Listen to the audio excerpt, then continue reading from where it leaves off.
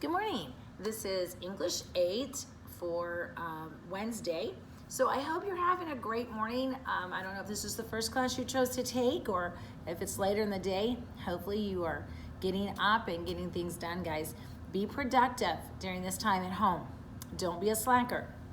I'm very happy and very impressed with most of you. You've been working hard on your videos, and I appreciate that. I'm working hard to present this material because I really want you to do this. I really want you to get proficient in English so that when you get to high school with Brother Cooper, you're not going to struggle. That's our goal.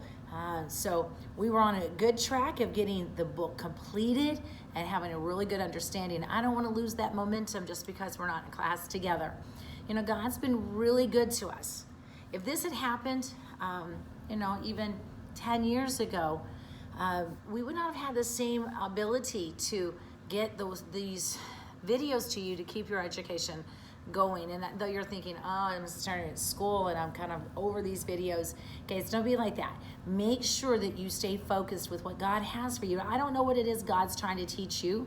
I know that God's taught me several things already through this pandemic, and I want Him to have that opportunity to teach you. Okay, we want to stay focused, we want to stay engaged and do our very best. Remember, you can text me, you can email me. You can email me at Sandy, SANDY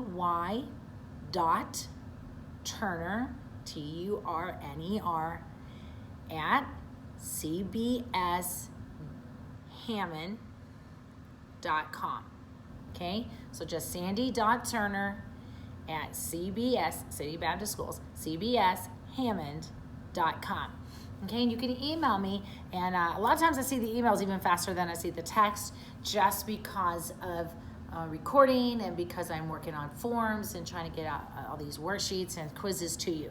Okay, today we're going to continue talking, about distinguishing between different types of phrases. And I want us to look at the board again today. I'm going to try to scoot this over so you can see it just a little bit better without knocking everything off. There you go. Okay. I want to talk about, again, refresh our minds on the different kinds of phrases. First, we have prepositional phrases. We know that a prepositional phrase serves as an adjective, and when it does, we call it an adjective phrase. When it serves as an adverb, when it describes like an adverb, we call it an adverb phrase. We can find them in our sentence because it begins with a preposition and it ends with an object. It does include all the modifiers. The second kind of phrase is a participial phrase. Participial phrases act as adjectives, okay? When it acts as an adjective, it means it's going to describe a noun or a pronoun. Okay, participial phrases, I can find them in my sentence because the first word of my participle phrase is going to be a verb form. It's going to look like a verb because it's going to end in ing, ed, dt, or en, but it's not going to be acting like a verb. Okay, it's going to look like a verb, but it's not acting like a verb, and it's a participial because it's acting like an adjective. The third kind of phrase we have are gerunds. Gerunds always serve as a noun. That means they have to be the subject, the direct object, the indirect object, the object of the preposition, the predicate nominative, or an appositive, because those are the 6 jobs of a noun. It's going to be doing one of those jobs. It's a noun. How can I find it? Because it's going to end in ing. Okay? If I say the word fishing, I am fishing, it's a verb. But if I say fishing is my hobby, which it's not, fishing in that case is the subject of my sentence, okay? But it ends in an ing, and it's acting like a noun.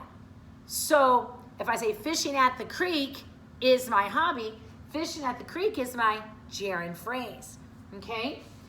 The last one is the infinitive phrase. Infinitive phrases act as nouns, meaning those same 6 jobs, but it can also be an adjective or it can be an adverb. So these really are the ones you have to think, I think you have to think about them a little more on how they're used. However, how do you identify them? They're the word to and a verb form. So you're going to see a to and a verb instead of saying, if you say to eat, okay, that's going to be an infinitive. If I say to the log, that's going to be a prepositional phrase because log is the object after the to. Do you see the difference? I hope you do. Now let's remind ourselves, what do our adjectives and adverbs answer? I put on the board today as a little bit of review for us, our words. And for an adjective, I don't know if you can see those super well in the red, but adjectives tell us which one, what kind, how much, how many, or whose. Every adjective will answer one of those questions, whether it's a single adjective saying blue coat, Jeff's coat, Leo's pen, Angel's jacket, Freddie's soccer ball. Those all answer one of these questions. Just like in a prepositional phrase or a participial phrase, if it's serving as an adjective, it's still that phrase is going to answer one of these questions. So adjectives tell us which one, what kind, how much, how many, or whose. Now, the adverb phrases, if you remember, we added a couple to the adverb phrases this week. Adverbs tell us where, when, how often, to what extent, why, or under what condition. Okay, so let's say these again with me. What are they? Where, when, how often, to what extent, why, or under what condition. Every adverb phrase will answer one of these questions. Every adverb clause will answer one of these questions. Every adverb, single adverb word will answer one of these questions. It's very important that you know these questions. These are the same questions that Brother Cooper is going to ask you to know next year. They're the same questions you're going to have when you get to college. No matter what college you go to, adjectives and adverbs answer the same questions.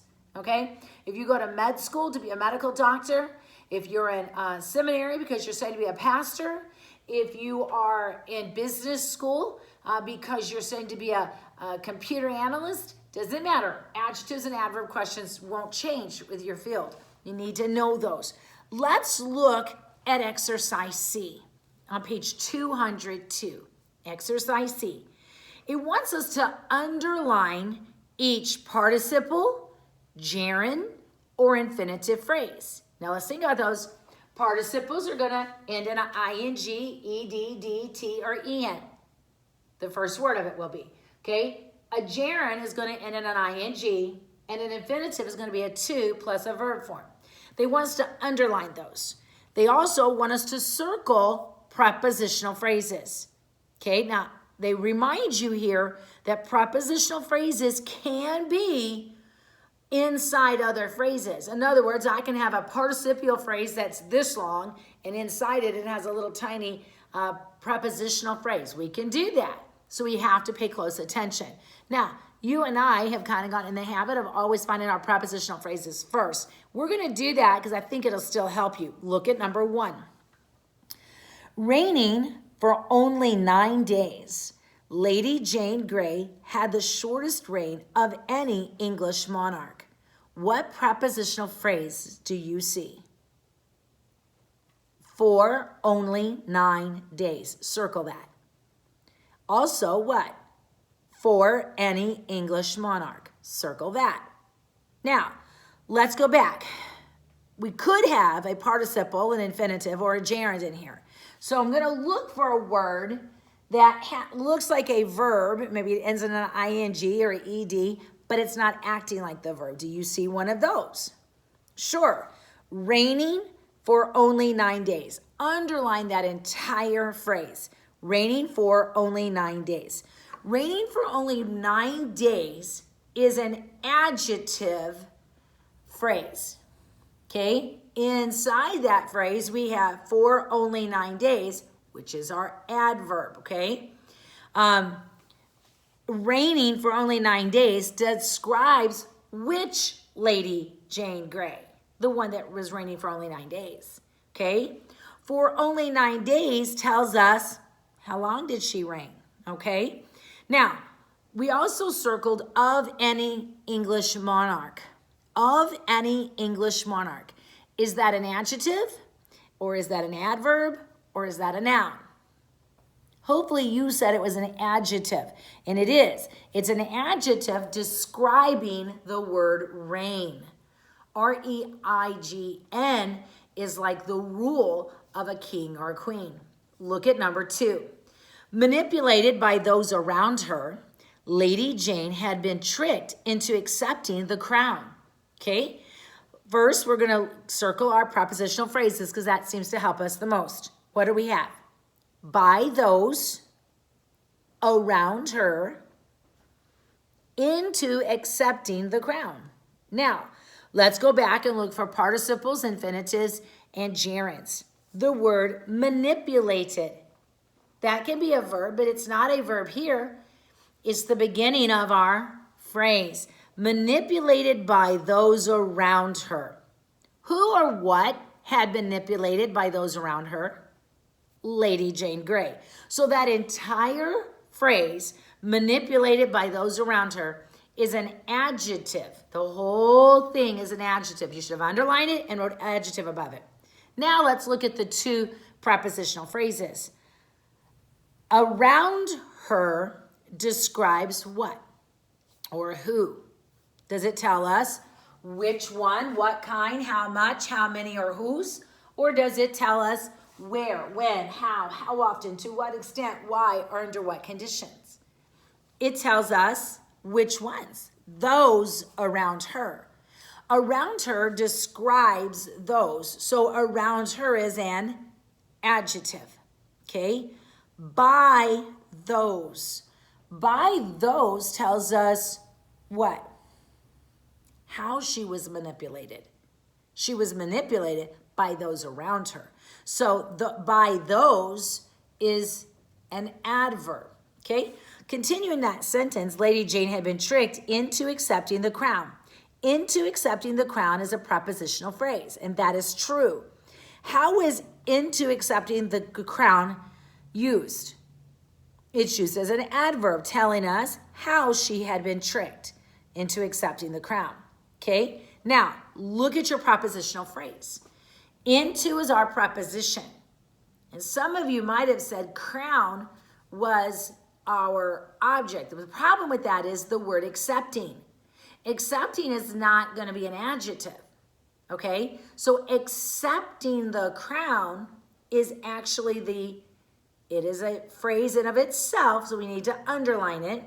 Accepting the crown is the object of the preposition into. Okay? Let's figure out which kind it is. We see the word accepting is an ing word, and we just said it's acting like a noun. What did we say? Ends in an ing and acts like a noun. Oh, that's a gerund phrase. Okay? Let's continue going. Number 3, Lady Jane was eventually executed by Queen Mary. There's one prepositional phrase. Do you see it? By Queen Mary. What does by Queen Mary tell us? It tells us how she was executed. Okay? She was executed how? By Queen Mary. All right? By the way, these ladies were cousins if I remember my history correct. Okay? Lady Jane died with courage and dignity. What's your preposition? I'm sorry, by Queen Mary, by the way, was an adverb. We said it what it modified, but we didn't actually say that it was an adverb. It is an adverb, okay? Look at number 4. Lady Jane died with courage and dignity. What's your prepositional phrase? With courage and dignity. What does with courage and dignity tell me? It tells me how Lady Jane Grey died. So it describes died. How did she die? With courage and dignity. Number 5, King Henry VIII of England is best remembered for having 6 wives. That's gross, all right? Prepositional phrase, of England, and for having 6 wives. Good. Okay, of England tells me about which King Henry VIII? The one of England. So since it's describing King Henry VIII, it is an adjective phrase. Yes, it's a prepositional phrase, but its job is to be an adjective. So we call it an adjective phrase. Good job, guys. Look at the next one. For having 6 wives. That is a prepositional phrase, and it tells me why is he remembered for having 6 wives. So that entire phrase is an adverb. Good. Now, look inside that prepositional phrase. Having 6 wives. What is that? It is the object of our preposition. Since it's acting like a noun, it's acting because it's the object of a preposition. It's acting like a noun, and it begins with a word that ends in ing. It has to be a what? A noun, ending with ing. That word, that phrase is a gerund phrase. Good job. Look at the next one. During the reign of Queen Victoria, England controlled over 1/4 of the world. Can you imagine that? Okay. First, let's find our prepositional phrases. We have during the reign, that's 1. Of Queen Victoria is 2. Over 1/4 is 3. Of the world is 4. Good job. I'm going to give you just a minute. I want you to decide what kind of phrases they are.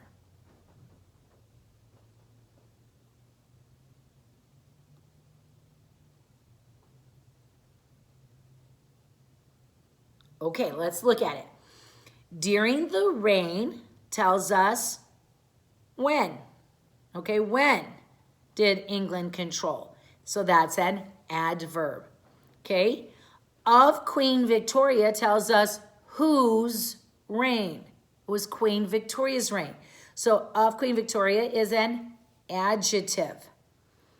Over 1/4 tells us about controlled. It describes the control. Controlled over 1/4. That's an adverb. Of the world tells us what kind of 1/4. It clarifies the 1/4, so it's an adjective.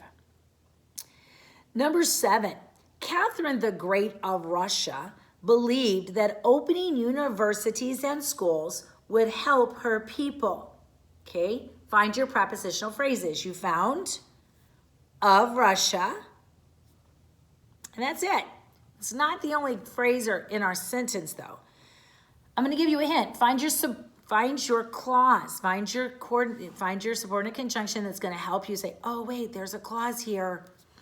Yeah, the word that. So what's the clause?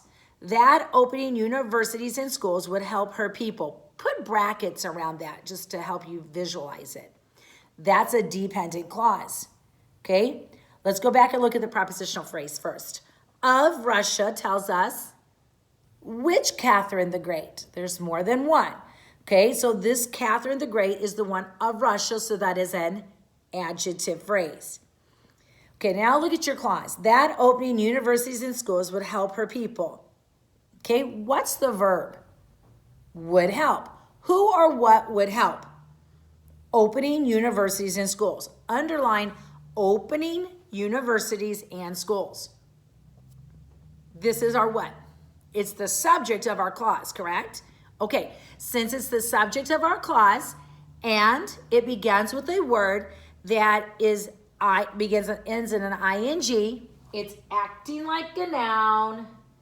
Okay, it ends in the ing. What kind of phrase is that? It's a gerund phrase, okay? So that's our gerund phrase. Number 8 says, for special events, and the Sultan of Brunei still rides in a golden chariot. What I'm going to do right here, because I need to stop the video, I need you to do 8 through 13 for your homework. Do 8 through 13 for your homework. Once you've done your homework, I want you to take the quiz. I really miss you guys, and I can't wait to have you back in school. Bye.